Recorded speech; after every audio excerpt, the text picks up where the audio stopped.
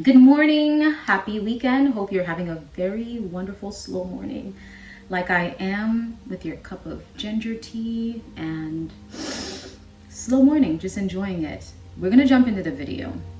I first want to state that I am glad I'm in a much better place. I'm much healed to have this conversation.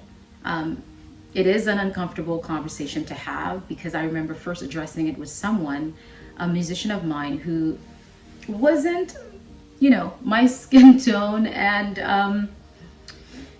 I felt like she was nervous for me to even address this and even take it further. But we're talking about like 10 years plus. I haven't talked about it. I've kept it to myself, just me and the Lord. And I think it's time, because I'm much healed now, to have these conversations about these things. And it could be very triggering for individuals who've dealt with abandonment issues, rejection, dealing with self-identity, figuring out who you are, and having to deal with these types of encounters or situations. It's about racism and creative spaces, whether it's work or you auditioning for something that is outside of work, or especially in the church. I have noticed for the past years I've spent offering my gifts and to the Lord, and volunteering for free, that is, as a Black person, a Black musician, a Black vocalist, a Black praise and worship leader, Black singer. The treatments were not the same, if I can be honest. I just feel like it's just so many hoops that we have to jump into, even if you're qualified for the position. Let's talk about it. There's no lie in it. One particular incident that happened was, I don't want to state timelines. However, it was not too long ago that I felt, okay, I'm ready to jump in and to serve again and to just tap into my creativity, because I feel when I'm serving and I'm operating in my giftings, and I'm operating in, whether it's singing and just serving others, I feel much better. Different conversation for another time. In terms of like being a caretaker, I know maybe trauma might be attached to it. However, with the healthy parts of me, God knows, like I enjoy just serving, being an instrument for others. And that part can be taken advantage of. Again, different video for a different time. However, going back to that season, I felt like I was ready, because we have seasons where we're burnt out, we're going through hard things, life happens, and you just want to connect again, right? That's where I was. And I'm no lie, guys, like I've given all the information, the qualifications, I've served as a worship leader, this was not my first rodeo. I just felt like I just had to like do like triple auditions, and I'm just like, why? You guys are just playing in my face at this point. I didn't see it. Correction, I did see it. However, I don't like jumping into that conclusion first. It was when I was expressing it to my loved ones, and they were telling me, they're like, girl, they're just trying you. They're playing in your face.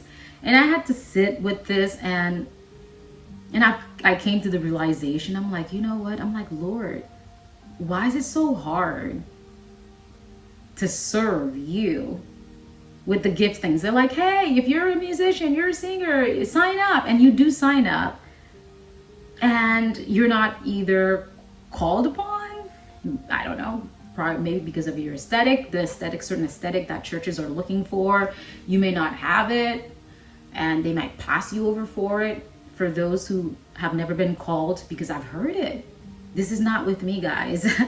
I told you, it's been over a decade before I can comfortably sit here and be transparent and talk to you guys about this. We're gonna pause, giving you receipts, okay, with what I'm talking about. There's a beautiful musician girl with the countless auditions that I was called upon to do, and I'm just like, I did the first one. It was just like, all right, and I didn't even receive the certification that I was supposed to get in order to move forward on the platform. It was just like playing this dance with me. And again, it was I don't want to name any sex, whatever, but it was just weird because I sensed what was happening, and it was just like, what? We're doing another audition? Okay. I thought the first one was great. You need to come in? Okay, I went. Second one? Okay, cool. A third? Okay, I'm coming. Now a fourth, having me to do the same program that I did before. You're playing in my face. Going back to what I was saying with the receipts, when I went to one of those auditions of me having to prove myself that I'm worthy to serve along my other fellow brothers and sisters, I met this beautiful girl, and we connected, and I heard her voice, and I was just baffled. I even asked her, I was just like, girl, what are you doing here? She's just like, I'm here for an audition. And mind you, she's already singing in the worship team for over a year, but like she's already been, I'm sorry, correction, she said she's sung before. And also she's in this program that they just sort of like glued her to without removing her. And I don't want to go there. Having said what I just said, I don't know if it's intimidation, because there's a certain anointing that comes with this skin, okay? With all the stuff we've gone through, with all the trials and having to persevere and just making stuff work out of nowhere, being resourceful. Listen, from African American to Caribbean, we have the same story. We know the struggle. There's a certain anointing that comes when a sister holds that mic, okay? And she just sings her heart out. There's a certain anointing. I don't know if there's like a certain like intimidation that comes with being in a white space, because our sound isn't the same. Many of us don't sound the same. And what's so beautiful, we don't worship the same. I feel, to be quite honest, that the space is huge. There's enough space for all of us to operate, white or black, brown, purple, blue, green, turquoise, whatever color you are, for us to operate in our giftings without feeling intimidated, without feeling uncomfortable, without feeling that this other person is gonna replace you or take your spot. Come on, people. Aren't we all children of God? This girl told me, I was just like, girl, you don't belong.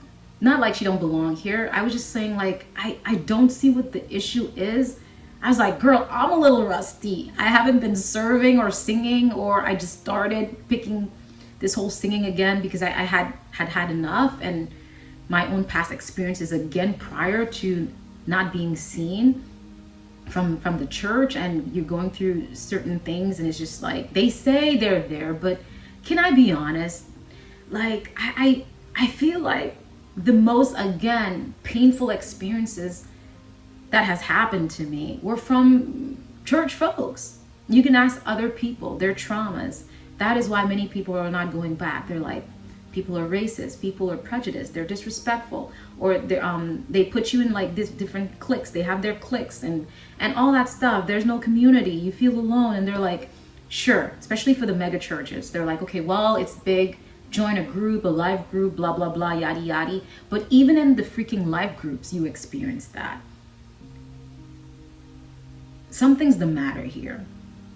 All right, it is. We got to talk about it, how we can change things, because as one who's been there, I wouldn't say it's totally has like removed the, I wouldn't say it has removed my, my passion for serving in the church. Actually, it has. Let me just be frank. It has, but I feel like it's just been an awakening, more so for me to just be creative in a different way. Hey, I have a YouTube platform. Strum my guitar on the YouTubes and bless someone who is probably paralyzed and can't go to church. I would rather do that. Guys, I've been talking to you all this entire time, and y'all didn't tell me. Well, y'all can't tell me. I'm trying to see if it's the lotion that I applied on my face that it left this residue. I am not gonna edit this video, all right? I know you guys are probably thinking gross. Actually, there's nothing in my nose. It's kind of dry. I thought it was like a booger. It's been cold here for these past few days. Could you believe it? Commercial break. Florida is like in the we're hitting 30s. No, I did not fart. This is the lotion. We're like 30 weather, 30-degree weather, sweater weather. Loving it. All right, that was a quick commercial break. I am back. It has opened my eyes and has invited me to just be more nomadic in my worship. I live that kind of life, okay? I'm about that life. It just has opened my eyes to just find ways to serve my God, the Lord, serving others without having to be with the flashlights and the lights that comes with being on the platform, or the prestige or the accolades, people seeing you and all that stuff. And personally, when I was there, I felt very small. And I'll tell you why. We're going to transition to the other part of this video. As one who's been there, even if you are chosen, it sounds bad, but let's say you do have this certain aesthetic that they're looking for, and they do choose you. This is where I came in, okay? With the previous experiences, with being chosen and needed and being selected, because I shared the previous with not being chosen. But let's talk about when you are actually chosen and you're up there and you're serving, and guess what? There's another level of pressure that comes with it. What, you might ask? Well, for one, there's only one you, right? Of course there's only one you, but I mean like literally, like if you're chosen, you're probably the only Black person up there. You are. I've served in an organization where I was the only one on that platform at that moment. And what do they call it? Like being the one Black token. Churches tend to only have one Black praise and worship leader. Please tell me, if you're on the church board, what's up with that? Like just one Black musician or one Black girl up there, I guess, to like balance it out, so it won't seem like the church is not racist, or the people are open to having a little spice, a little variety, but it still makes you feel a certain way. I'm gonna express how I felt, how that made me feel, being that one Black token person. For one, I was the only Black girl, and as one who's up there as the Black person, you'd think like, oh my gosh, you'd feel like, oh, like you're gonna shine and you're gonna like basically show your stuff and be confident. No, that was not me at the time. As a matter of fact, it made me feel even more insecure. I'll tell you why. Because being there as the only Black person, most white people just put people into this same category, right? So for one, they're looking at me as African American. You feel the pressure to represent your entire tribe, like I'm representing people in Africa. I feel the pressure of representing the African American. I have the pressure of representing the Caribbean because I'm Black. You know what I mean? It comes with a level of pressure when you're up there to serve whatever it is that you're doing, because you feel like you got to do your best, which I do. And at the same time, it's like this sort of like dichotomy of like you want to do your best, but at the same time too, you're kind of like shrinking yourself because you don't want to like expose yourself too much. It's weird, and it just creates this weird psychological like mind F, because you feel like almost like you're not good enough. It's sad to say, even though other people are saying like you are, or they're saying like, yo, you crushed this song, or I was so blessed, but at the same time too, there's still like this feeling of not being good enough. I don't know how to explain it. I don't. But I feel if things are gonna change within the church or even in the creative environment, these conversations need to be talked about, because I'm not gonna lie, not too many people pay attention to these things. As a matter of fact, when you bring these conversations up to people who haven't lived your experience, who haven't walked in your shoes, who are not the same color like you are, many of them tend to be a little more, they tend to be dismissive about it, making it seem like it is just something that is in your head, aka you're kind of like crazy, or you're ungrateful because, oh, at least you're up there, like you should be grateful because you were chosen. Or they may just altogether just deny that it's even happening, and you're like, wow. And it's even sad when it's someone that you're actually trying to build a life with. That is why your partners should, if you're going that route, they have to understand the swirl route. They have to understand the level of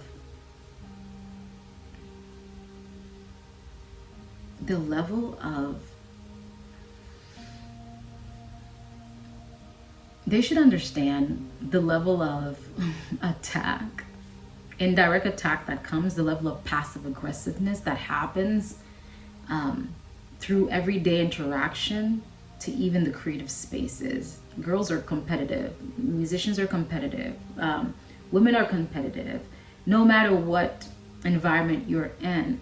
But to be in these environments when you know you're not their cup of tea, or people are just playing nice because they have to, or they have to hire you in certain jobs because they have to meet the one black token quota, to be like, okay, at least we have one black person, we're not racist, or we're accommodating type of ordeals. It's just it feels uncomfortable. It beyond uncomfortable, if I can be transparent. Let me know, how have you experienced racism in creative spaces? Have you felt small? Do you thrive? Is it like a motivation for you to be like, I don't care, I'm gonna shine no matter what? I wish I could talk to my younger self, younger Mars, to tell her, girl, you're beautiful, like you got this.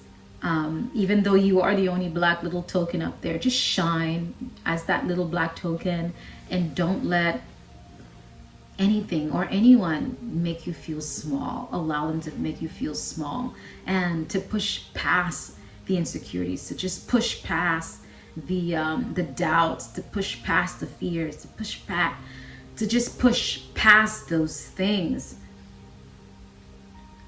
I can't go back. I can only move forward. I'm here now. And if this video can help someone else who's going through the same thing I went through, or will go through, or have gone through, then it would have been worth it. You know what I mean? Because I'm sure there are young ones, young girls, young men who are going into these fields so bright and so open and so like energetic, and wanting to just take life by the horn, and only to be like disappointed by other people's insecurities, their belief system, and their doctrines, and things that are passed down in bloodlines that they may not be privy to. And that type of stuff can affect other people. It can affect them without them even knowing. I just want this to help someone. Let me know your thoughts. Is there any truth to what I'm saying? Which I know there is. I don't want to go into more details and expose any organizations or anyone or name names, but if I can be frank, I did not feel like I was an equal. Even though I was there to serve for free, volunteer for free, and serve the Lord, but I just felt like I just had to prove myself and show that I'm worthy. And if I'm dealing with such abandonment wounds, such wounds, and the church is supposed to be there to heal those, but yet it's like inflicting more of that, yeah, I'm gonna back away. Yeah, I'm gonna pull back, because this is not healthy. It's not working out for me as one who's learning boundaries. So thoughts, leave your thoughts and comments in the description. I'd love to hear from you guys, and let me know what your thoughts are. I hope you're not going through this, and if you are, You're going to come out on the other side stronger, more confident, more self-assured, knowing who the heck you are, because you're his. Silence the lies. You are exactly who God says you are.